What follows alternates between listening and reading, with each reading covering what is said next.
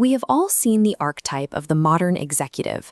They are dynamic, visionary, and possess the charisma to command any room on the planet. But when that executive travels 6,000 miles to manage a new team, those exact same winning traits often become the primary cause of organizational friction. To understand this disconnect, sociologists launched the Globe Research Project. This was a massive effort to collect data on what different societies expect from their bosses. The researchers found that leadership does not happen in a vacuum. It is a secondary effect of culture, meaning what looks like good management in one city can look like incompetence in the next. Assuming management is a universal language isn't just a naive mistake. It creates a structural liability for any business trying to operate across borders. Think of leadership as a set of 6 behavioral sliders. Western corporate culture usually prioritizes 3: charismatic, team-oriented, and participative leadership. But there are 3 other behaviors on this board that often challenge Western expectations: humane-oriented, autonomous, and self-protective leadership. The self-protective dial is a prime example.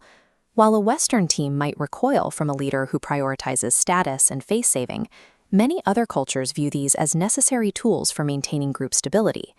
These traits aren't inherently positive or negative. They are neutral instruments that must be tuned to match the specific frequency of the society where the leader is working. To map these frequencies, Globe researchers divided the world into 10 cultural clusters. In Anglo and Germanic Europe, dials are set for high performance, valuing aggressive competition and individual results. But in Nordic Europe, values shift towards future orientation and strict gender egalitarianism. Here, effective leadership is defined by power sharing. Leaders are expected to involve the team in every major decision and avoid any displays of status or self-centeredness. Even within neighboring European economies, the definition of a good boss moves from aggressive individual autonomy to deep egalitarian collaboration. Outside the West, many cultures are defined by in-group collectivism. This is a deep, unbending loyalty to family and organization that almost always outweighs individual ambition. In the Southern Asia and Sub-Saharan Africa clusters, followers look for a humane leader, someone who is supportive and deeply sensitive to the community's needs. Yet, Southern Asia presents a unique combination. Despite the need for a caring leader, autocratic styles are still considered highly effective because they provide clear, decisive direction for the group. In the Middle East and Latin America, the focal point is status. Protecting a leader's face is not vanity. It is required to maintain internal harmony. In these clusters, behaviors that seem self-serving to an outsider are actually the expected mechanisms for holding a hierarchical organization together.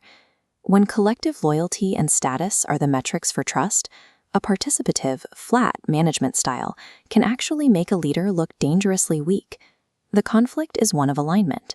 An egalitarian leader who thrives in a Nordic firm will struggle to gain traction in the status-driven hierarchies of Confucian Asia or the Middle East. Trying to force a single universal management style across a global team ignores the deep-seated values that drive human behavior. The modern global economy requires cultural intelligence, the ability to read the unspoken rules of a cluster and adapt your behavioral dials to match. A truly effective leader knows when to push the humane slider or dial back their autonomy based on the unique values of the people they are leading. Ultimately, leadership is not an absolute science of perfect traits. It is a cultural mirror, reflecting exactly what a specific society values most.